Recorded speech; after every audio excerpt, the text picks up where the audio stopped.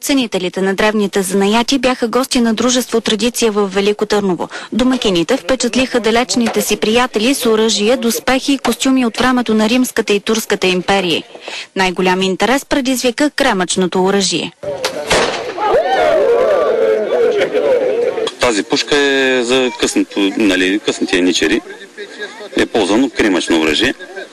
За това се гърми с това, да се покаже долу-горе периода, който присъздаваме яничарската униформа с този тип пушка. Интересът към старите занаяти и похвати събира хората от различни народности преди години в интернет форум. От тогава до днес годишните им отпуски преминават планирано под формата на нетрадиционен туризъм. Това заземява човек. Просто карате да осмислиш нещата и живота по друг начин.